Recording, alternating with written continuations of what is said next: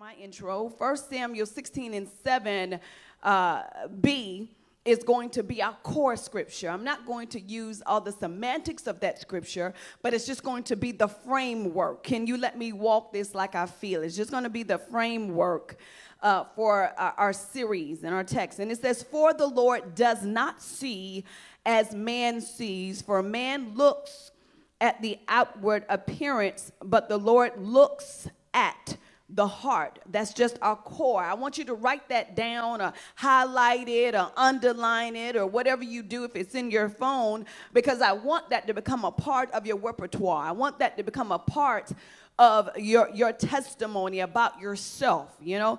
And so this whole entire series is about winning when the odds are against you. I feel a little bit of a shift. Somebody's praying. I want you to think about that, winning when the odds are against you. And I know on social media we hear people, I'm winning.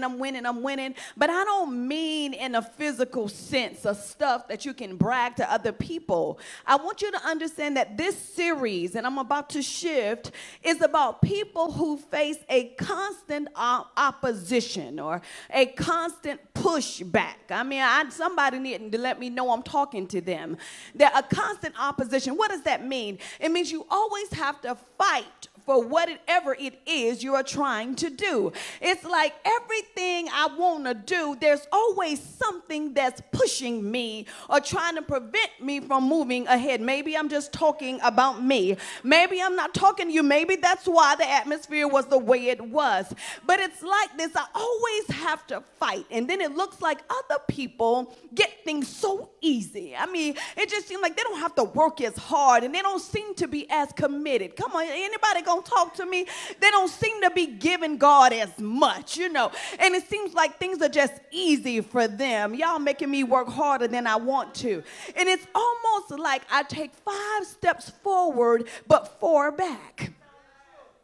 And so just enough to keep my head above water. See, I ain't drowning and I ain't failing, but I'm barely making it. Come on, and can I talk to somebody today? See, I'm talking about exceptional you. I thought we'd be excited about that. So here it is. It's like I'm misguided, you know, misdirected and misjudged. And I'm talking, this series is for those who are overlooked.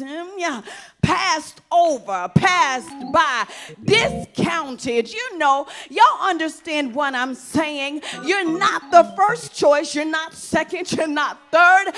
Some of you are nobody's choice. That's what this series is for. This is why I needed the atmosphere to be set. You know, I needed people to say, I need to hear what is exceptional about me, because sometimes I don't feel so exceptional. I know I hear it, but sometimes I don't feel it. So here it is that sometimes you're not chosen at all, you know, and you're just trying to go on and act like it doesn't bother you. You said it doesn't care. Now can I shift a little bit? Y'all can take your seat because y'all ain't want to get with me, so sit down now. So here it is. Let me tell you what our issue is today as you think about that. I was preparing this message. God gave me actually this series last year, but I didn't know when I was going to give it. But our issue today is inclusiveness. Come on, let me teach this. Inclusiveness. And if you don't know what inclusiveness is, it's not necessarily a great thing, but it's so that inclusiveness means everybody gets a turn. Everybody is on the same playing field. Everybody is counted in. Oh, y'all better act like y'all hear me today. So the society operates with exclusiveness, you know, in being inclusive. Everybody counts. What does that look like? It means people who might be excluded. That might be people with physical disabilities, you know, mental. It might be minority groups, you know, people like me and other people that they're not included in certain things. So society created this term inclusiveness to avoid exclusion or discrimination. I thought I came to some Bible people that wanted to know. So here it is that they took it a step further and included diversity. And so people like, we're diverse. We're diverse. And people who are often excluded get excited about diversity because it means that one of me gonna make it in. I need y'all to get with me today. But what I found out is that diversity just gives a physical appearance of unity and acceptance. Just because they let you in doesn't mean that they expect for you to win. What does that look like, y'all? Looking at me crazy. It looks like a university that lets educationally challenged people in. You know, they let some minorities in who might have come from an environment that's educationally challenged. I have to say that like that. They let you in, but they don't have to let you out. And they called it back in the day affirmative action. And if you fell in that category, they would let you in. But the difference is, this is why the inclusiveness and the diversity doesn't always work. Because the problem is they let you in without providing the resources to even the playing field. So you already know I came in at a disadvantage. I know y'all like, what does this have to do with exceptional me? Just let me ride. I feel like I got a little help on this side over here now. I'm going to preach to this side because I feel Jesus. I understand this because this is exactly what happened to me when I went to a university. I ain't going to say the name, but I was one of the ones who got in because of my difference. And I remember the first semester. Now, it doesn't mean that they were any brighter. It just meant they had resources that I didn't have. Oh, my God. And so I was sat in class, and I'm looking at them, and I'm feeling the effects of, I feel excluded. I'm sitting in here, but I don't feel a part of. They let me in, but I don't feel connected. I don't think the professor really thinks I have what it takes to make it. So here it is. Y'all sit. See, I told you I had some good stuff. Y'all was acting funny. Acting funny up in here with God. And so here it is that they will let you in, but they don't create the resources to guarantee your success. You can be connected and still be excluded. You still know that you don't fit. You still know that they didn't want you there. See, I realized that they got dollars, extra dollars, because of who I was. Just to let me in. Y'all people better hear me today. So they weren't doing me a favor. They got paid to let me in, but they didn't pay them to let me out. So what I realized, I had to get myself together because at first I had an attitude because they were excluding me. The professor wouldn't call me. Y'all better hear me today. I had an attitude. I'm just as smart. But I came from the other university where it was a whole lot of me. And they felt that I didn't have nothing to offer. They discounted our program. Oh, y'all looking at me crazy. You got to know what it's like when you're discounted. Before you even open your mouth, people say you ain't got nothing to offer. When they overlook you and forsake you, and they size you up like you ain't bringing nothing to the game. I'm talking about an exceptional you. So here it is with inclusiveness.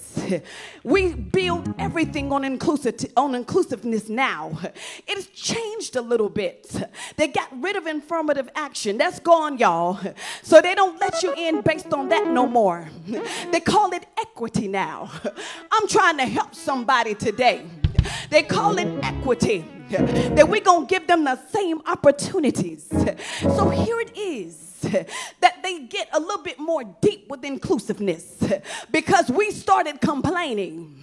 We started saying that we're being mistreated. You see it rising up now, and I ain't talking about just race.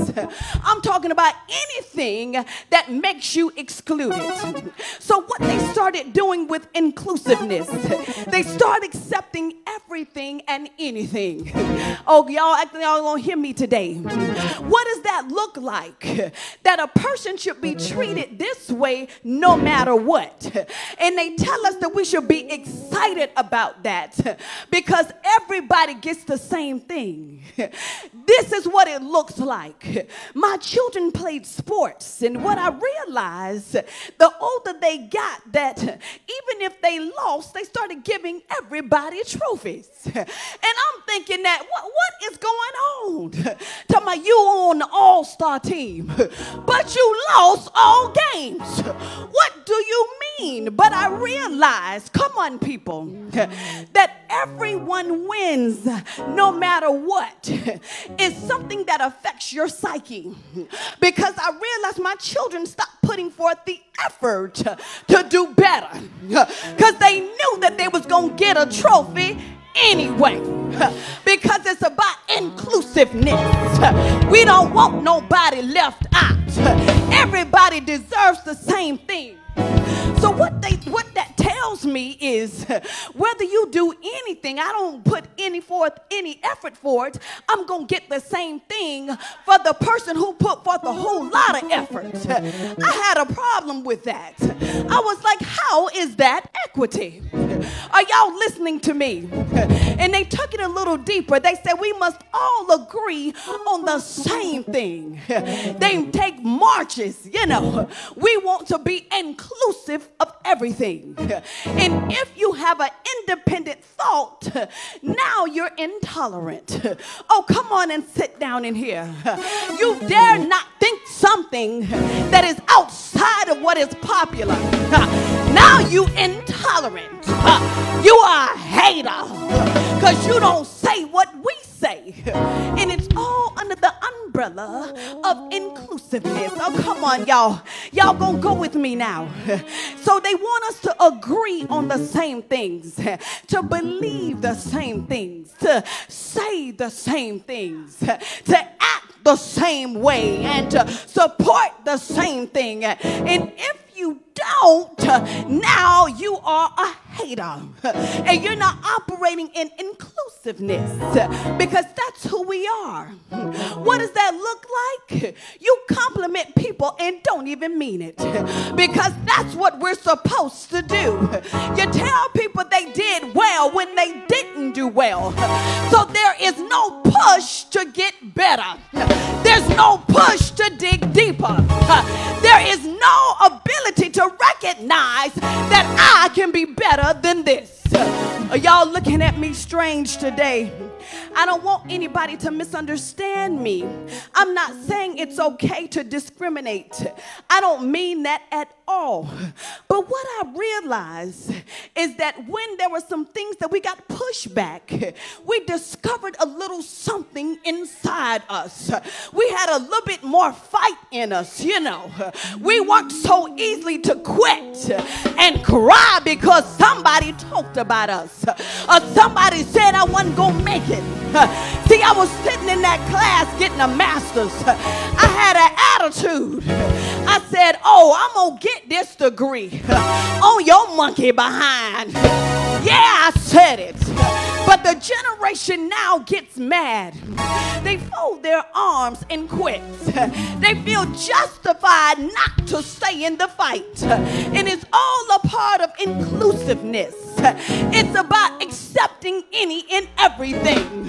It's about making the playing field even. But sometimes the thing that makes you stand out is the thing that God uses to magnify who He is in the earth. Y'all sit down, sit down, sit down. Y'all making me move too fast. Making me move too fast. So listen, I got to teach this because I see it everywhere. I see everybody rah. Social media, like.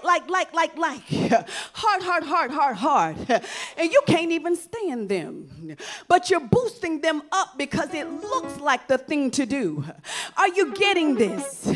So while this may seem like a solution, they said, well, if we bring everybody together, I need y'all to get this. I need some history people. Things aren't separate and they aren't equal. So they decided to pull everything together. And it still ain't equal.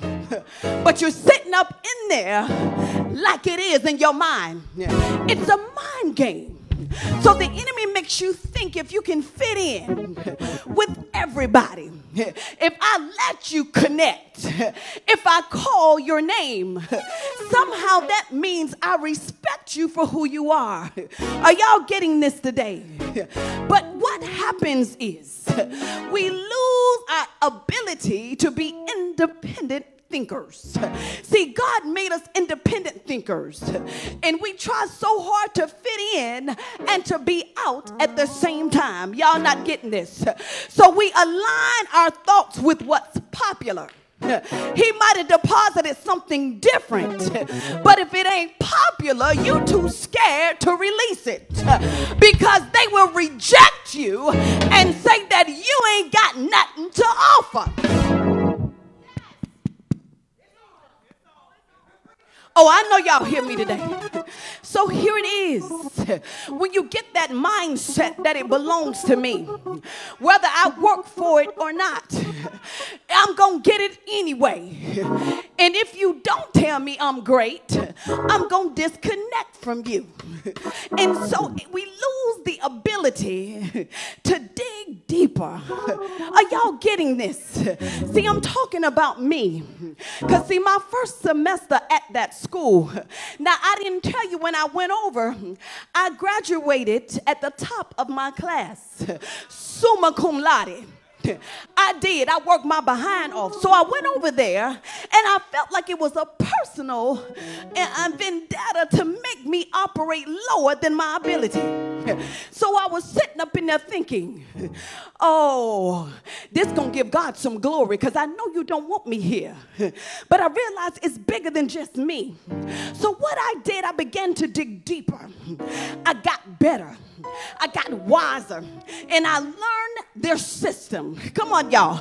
I learned their system, and my skin was already tough because of some things I went through before. See, some of the things you're trying to forget are the things that God allowed you to endure because he knew where you were headed. Some of y'all are tough because of where you got to go. Y'all acting like y'all don't understand that in here today. So here it is. You got to have the tenacity to fight through. See, I realized in the 60s when they were marching with a cause, they had the tenacity to push forth whenever somebody told them no. Whenever somebody told them they couldn't do something. I don't know if it hits you like that, but I get an extra something when you tell me I can't do something. Even if I was doubting myself, when you say it, that's like fuel to me. Wake up. Oh, I know you didn't. And I discovered something different within me. So you got to understand the process that God puts in place for the battle that we have ahead. Are y'all getting this with me today? I know you're saying, well, how does this relate to exceptional you? I'm going to tell you. I don't like the way y'all looking at me. See, y'all was acting funny when I first got here. But let me tell you something. Bishop mentioned this on Sunday about the soccer team that decided to forfeit the game because of something that was said to one player. Now, I don't condone discrimination in any form, but one thing I know is that I would never allow somebody to kill something that affects more than just me because my feelings got hurt. Oh no, y'all not listening to me. See, you will let everybody throw their whole life away if it makes you feel better. And I could not believe that the coach encouraged the team to walk off and forfeit because of what they said. And I said, this is the difference. I would have said, I tell you what we're going to do. We're going to spank that booty. We're going to beat them and beat them good. And then whatever he called me, I'm going to say, how did it feel to get beat by that? And then I'm going to press charges against you. And I'm going to fight. Oh, y'all don't hear me today. And you're going to have to pay for opening your mouth. You and your coach. And then you're going to have to apologize to me. Because it has to be more than just my feelings. We get upset because we think inclusiveness gives us a right that everybody has to like us and everybody has to tolerate us. And can't nobody say nothing that hurts your feelings. And inclusiveness has us feeling like you have to take whatever I give you. Now, can I shift a little bit? I want you to understand that sometimes it's good to be left out because then God can manifest his power through you. Sometimes it's good to be overlooked. And I know you don't like it. We're going to talk about that. But when you talk about inclusiveness, I need to teach you about exclusiveness that is also connected to accept or the exception. Okay, that brings us to our topic today. So what I found out, Bishop, is that exceptional you is a positive term. When we say exceptional, right? It's great. It's wonderful. And you're like, but wait a minute. I realize that the word accept is found in exceptional. And accept means to be excluded. Oh, y'all ain't gonna get with me. I thought somebody be like, I got that. It means to be excluded. It sounds negative. You know, everybody except you. That's why my shirt reads the way it does. When they will pick everybody but you. Everybody except you. So I was thinking about this and I realized, God, each one of us has an accept. Each one of us has something that's been rejected. Y'all better hear me today. All of us got something that somebody don't like, that somebody don't want, that causes them to pass by us, to eyeball us, to discount us. Everybody except you. Y'all gonna get with me in a minute. So the word accept, I need y'all to get this today. It's a preposition. And y'all English people should know what that means. It means not including, other than to exclude or to reject. That's what accept means. So when you look at the analogy of exceptional you, the difference is in between the two. You got to accept the accept before you can get to the chanel. You can't be exceptional without accepting the part of you that's been rejected. Oh, y'all making me work hard up here today. Jesus. So here it is, that it's a hard thing, right? Come on, y'all. Talk to me. It's hard. It's difficult when you're not being considered. Can I talk real to somebody? People act like, I don't care if they don't accept me. Yes, you do. You do care. It hurts when they overlook you. It hurts when they pick everybody on the team and don't count you. Even if you can't play. Even if you flicked it and can't kick a ball. It still hurts when they don't call your name. Are y'all hearing me today? It hurts to be excluded. And this is where the power of emotionalism comes in. Are y'all getting with me in a minute? This is where the emotional part comes in. And emotionalism causes us to be moved by our feelings. And so when your feelings get hurt because they excluded you, then you find yourself justifying to do whatever you want to do because of what they said or what they did. So your emotions cause you to cancel what would come after. Y'all got to get this today. Every part of you that's rejected, you better believe that God put it in there.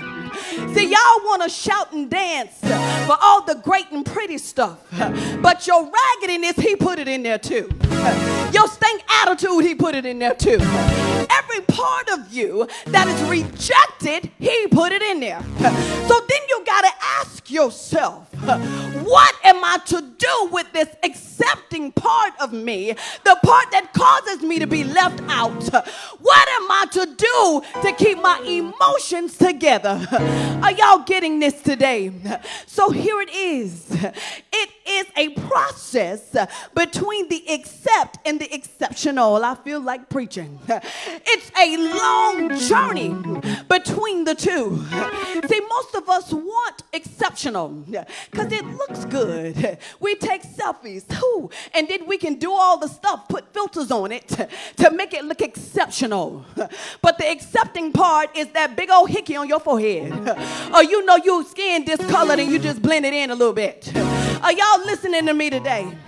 So here it is. It is hard for that process to get to exceptional because you're like, God, you made me this way, but I spend my time trying to fit in society so that part of me doesn't show because they reject me whenever this part shows. So I try to hide it. I try to keep it under wraps so that I'm not ousted because it makes me feel like somebody when I'm included. Because the power of inclusiveness is all around me. So here it is. My God, my time is going so fast. So here it is that every part that was rejected, you know, where you were denied and called strange and weird, you know, I'm different. You weird. But God made you that way. Yeah. Y'all getting with me? So downplayed and minimized because that thing don't fit. It doesn't look good. And I know you post and you put stuff out and don't nobody like it. You get like 3 likes or 4 likes and somebody else get 200. And you're like, I don't care. But then you delete it. You say, I don't care, but your feelings hurt. And the spirit of inclusiveness is just hovering around you, making you feel less than, that the way God made you is not good enough. That spirit of inclusiveness makes you feel like the way you are created is not good enough. Y'all acting like y'all don't know. I know I'm talking about you because I see you. So here it is. Wait. Sit. I got 10 minutes. I need to finish this. I don't know if they're receiving this online, but I need y'all to understand this. Exceptional. I told you what accept means. Exceptional means it surpasses what is common, what is usual, or what is expected. It is not ordinary, not another ordinary day. It is uncommon and it is rare. But wait, God told me to make sure I told you this. He says some of y'all are confused with excellence and exceptionality. Excellence is the best you can be with what you have.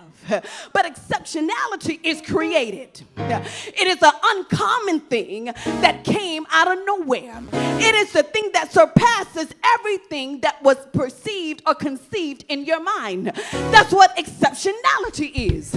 Y'all acting like y'all don't get this today. I need y'all to understand because y'all still looking at me crazy. I'm going to go here. So y'all need another scripture. Let's go to Psalms 118 and 22 because y'all looking at me like, okay, I just need to know, God, like how this relate to me, God. You know, I just need to know Jesus. Hallelujah. But I need you to know this, that Jesus came to demonstrate to us what it's like to be excluded. Jesus came to demonstrate to us what it's like not to be a part of. He said they tried the exclusionary stuff with him too. They tried to make him blend in. They told him that he couldn't heal on certain days. Oh, y'all better hear me today. They said that's not the way we do it. That's not the way we teach here. And so you doing your own thing, we got a problem with it.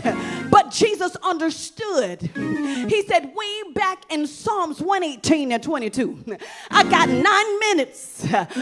Oh my God, I see this thing. He said the stones the builders rejected has become the cornerstone. The Lord has done this. And it is marvelous in our eyes. I hear people preaching that all the time about what the Lord has done and that it is marvelous. But they miss the first part of the scripture.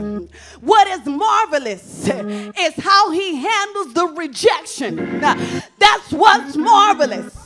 He said, I'm the chief cornerstone, and they rejected me too. This is the Lord's doing, and it is marvelous in our eyes. I need you to understand. You got to lay hands on yourself and say, this is marvelous. I can see God moving through me.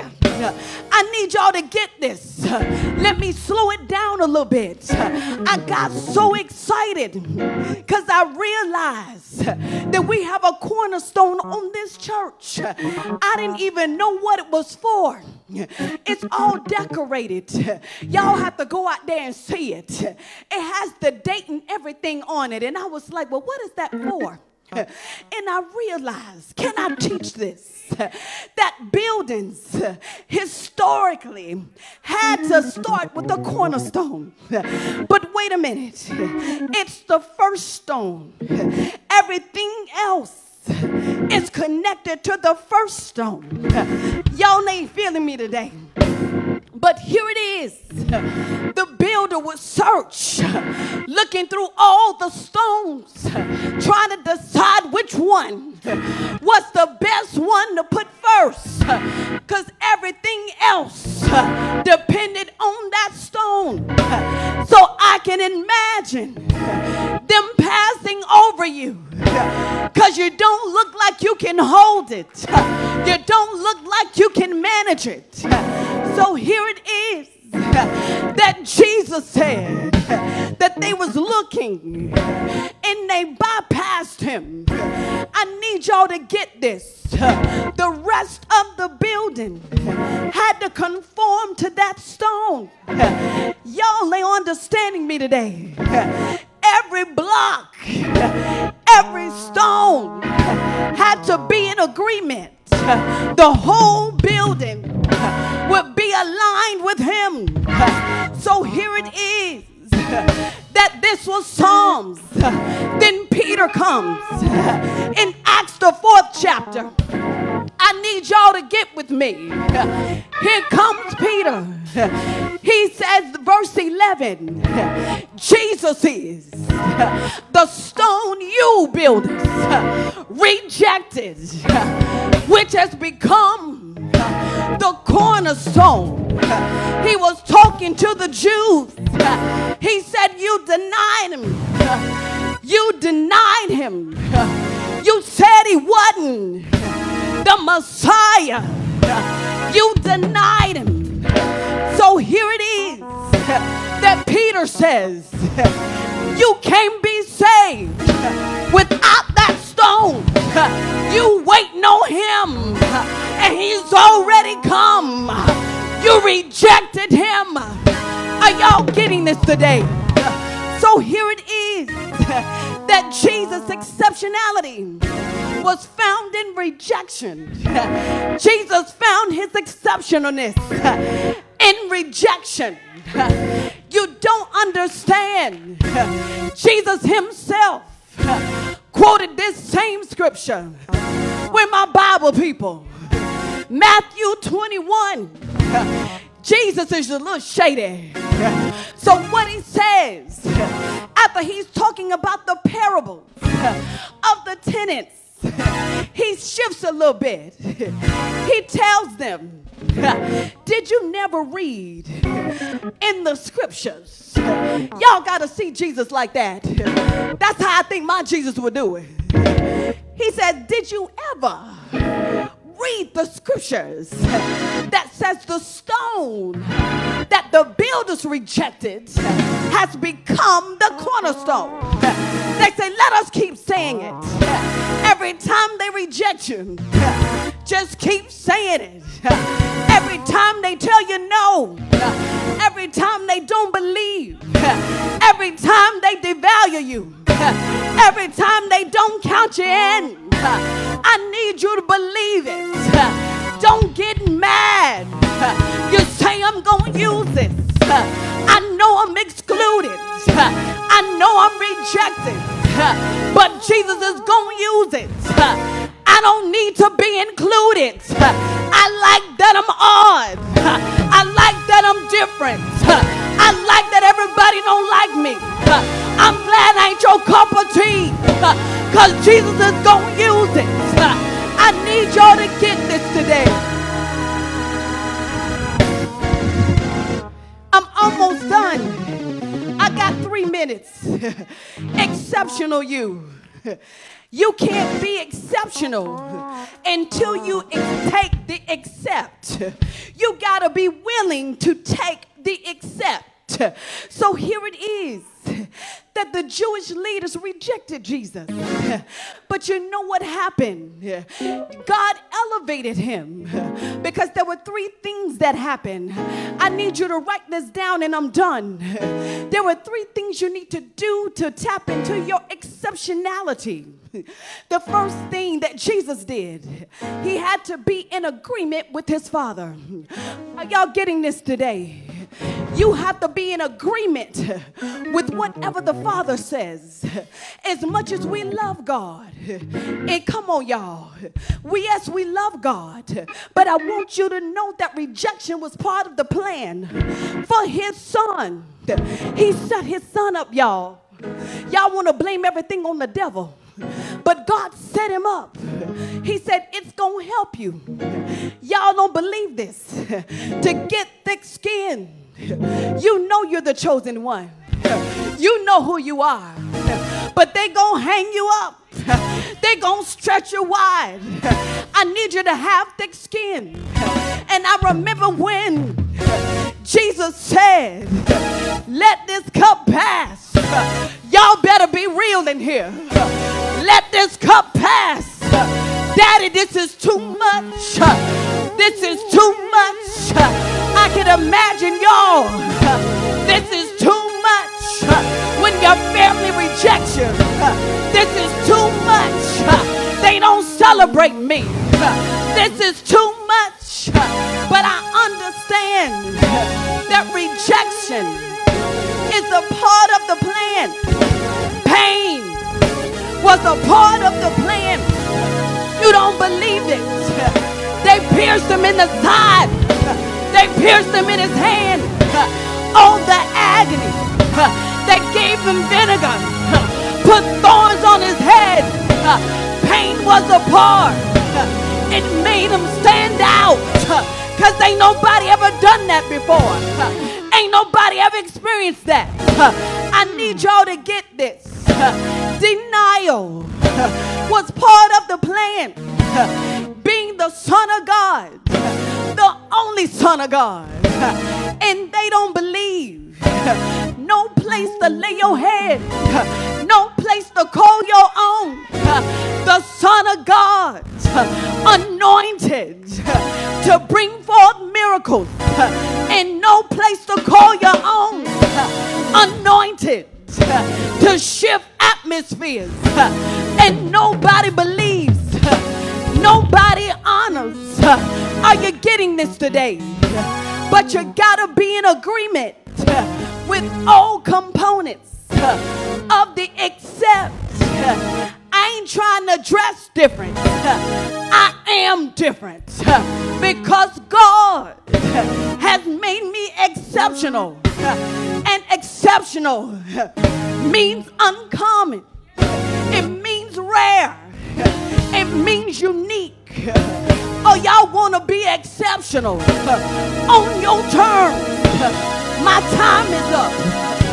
I got to give you number 2. Can I go on? Hallelujah. Jesus. So the first thing was agreement. Jesus was in agreement with whatever the Father said. As a matter of fact, he had to be reminded. He told the Father, prepare me a body. I'm going to go down and show them what to do. I'm going to go down every infirmity that they have. I'm going to feel it too. So they'll realize that they're not out there by themselves. So number 2 is revelation. You gotta know why you're in the fight. Jesus knew who he was. He knew whose he was. He understood his assignment. But that doesn't mean it doesn't get hard. Oh, it's gonna get hard. You gonna throw in the towel, and you need somebody to bring it back. That say you can't give up, you can't quit.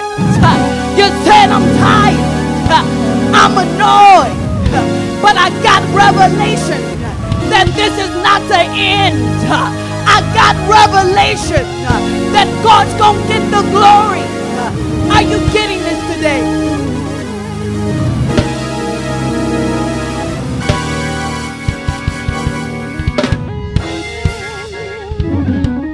Number 3. Number 1 is agreement. Number 2 is revelation. How you see yourself. The level of truth you know about yourself. The truth you know about your God. So you get an attitude when you know you got truth on your side. Somebody can lie on you and you won't even flinch because you know they lying. If you're flinching, that means you don't know the authority of your Father. You don't know that he got your back. I believe I got revelation of who God is. I need y'all to get this today. Number 3 is determination. I will not quit. I will not give up. I'm determined to finish what I started. He that has begun a good work, I am persuaded. I'm fully persuaded. I'll let nothing separate me. I'm determined to see what the end is going to be. I'm determined to do the will of the Father. They can oust me. They can disconnect. They can leave me. But I will not quit. I will not quit. Jesus' disciples doubted him in his face and doubted him in his face and denied him. And you mad because your family won't believe in your salvation. They don't believe in your call. They don't believe that you are anointed. They don't believe. So you get mad. I'm supposed to be included. Don't treat me like that. I ain't got to pray. But yes, you do. Because you're exceptional. God built you to endure. God built you to endure hardship. As a good soldier, I need you to get this today. Get rid of that quitting spirit. Get rid of. I can't do it. Get rid of. This is too much. I'm determined. I'm determined. I'm determined. Come on and give God some praise.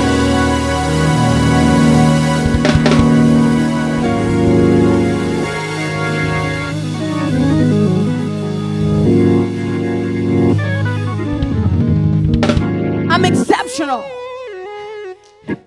I'm exceptional. My flaws make me exceptional. God gonna use that quirky thing, that crazy thing that don't nobody else want, and make me exceptional. Oh, y'all don't want to hear this today.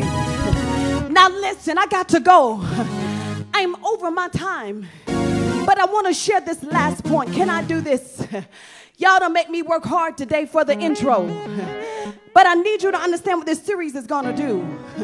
You need to share this series because we're going to walk through some exceptional people. I'm going to show you the next generation, the X generation. EX, I need y'all to get that. I'm part of the X generation. You got to come to the rest of the series to understand what that means. See, Jesus was a part of the X generation. He was excluded. Now, I need y'all to get this last part. And I'm done. But I needed to share this because this did something to me, and I'm done.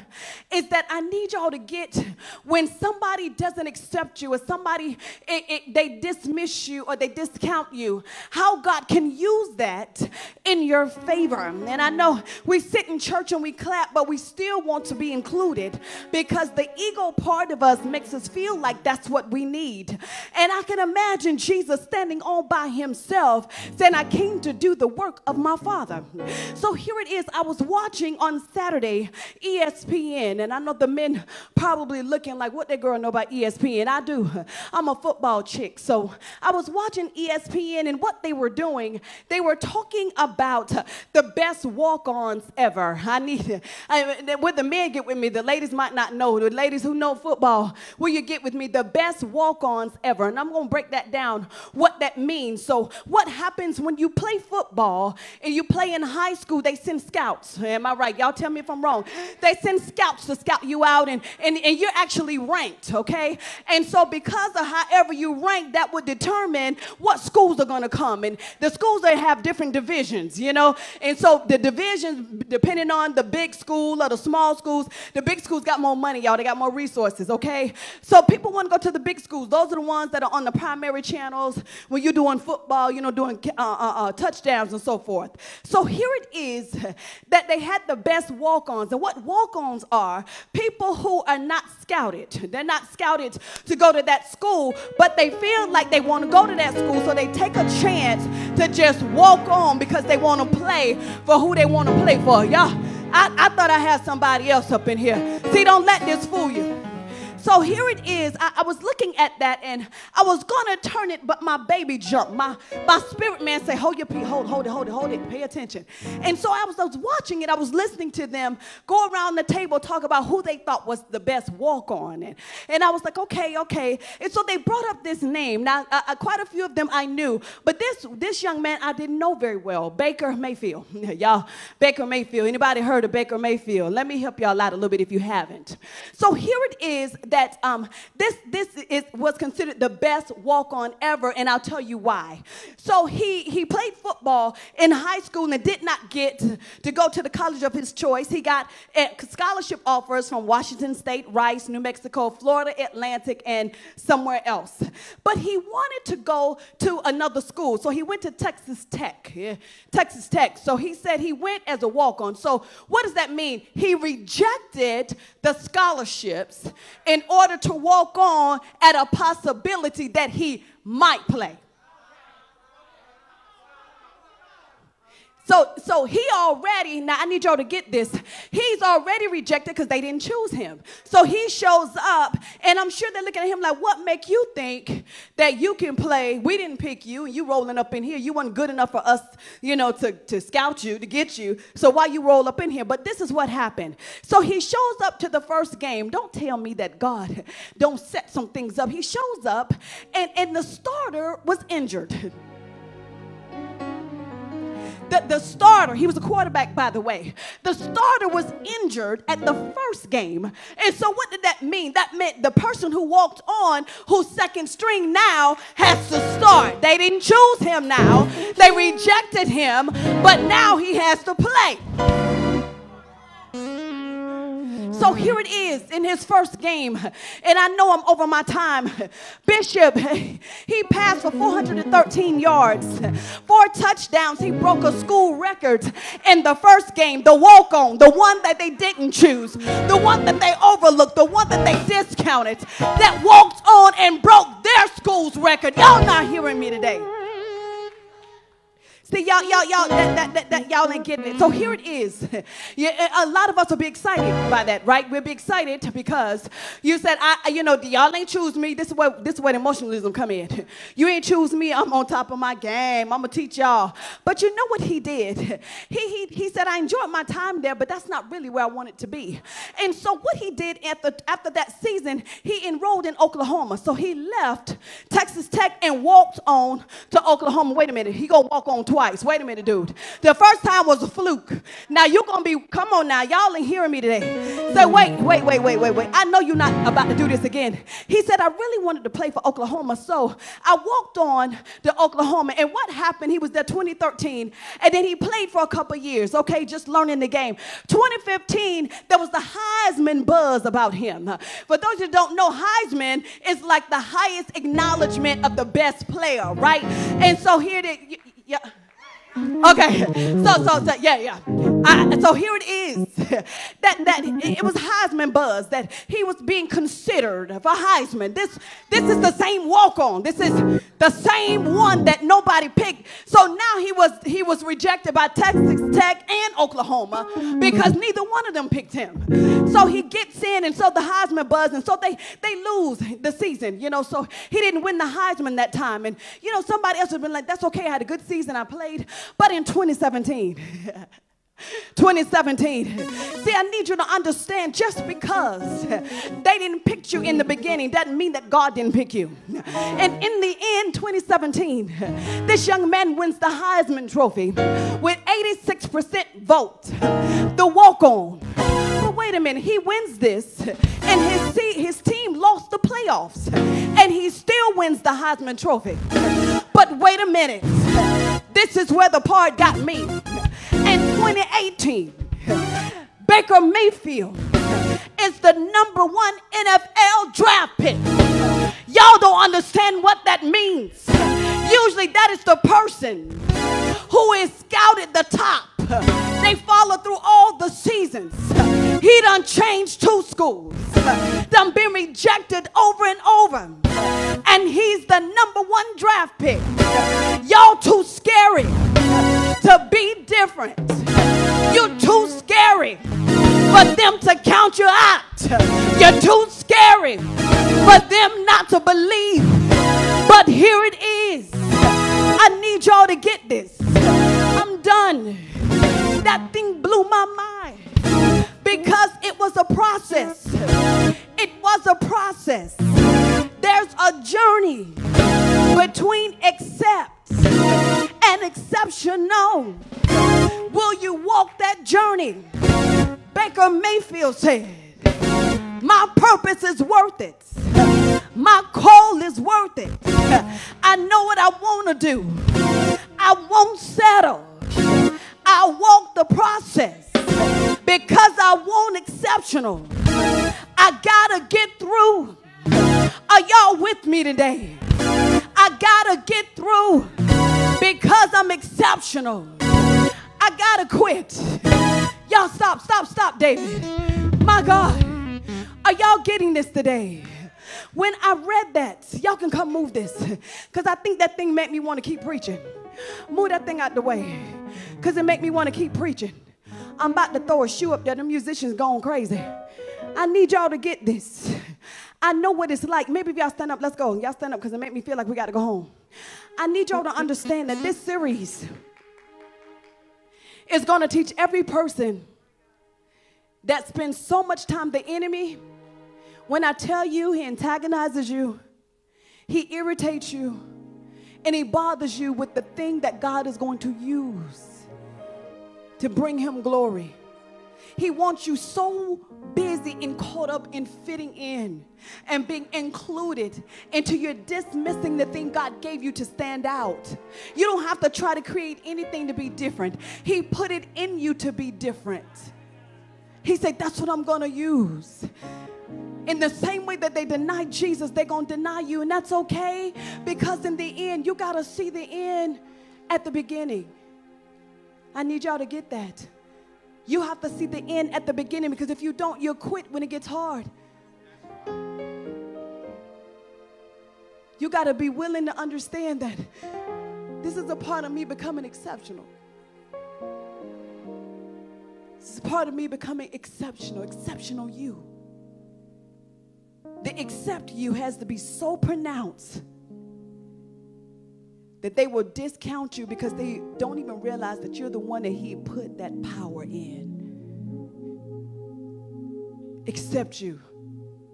Sometimes it looks like this. Sometimes it looks like the black sheep of the family. Accept you. Sometimes it looks like everybody got their squad. Accept you. Everybody got their own house and living their life. They traveling, showing their pictures. Except you. Everybody, they go out to dinner every week. Except you. Can you handle that journey?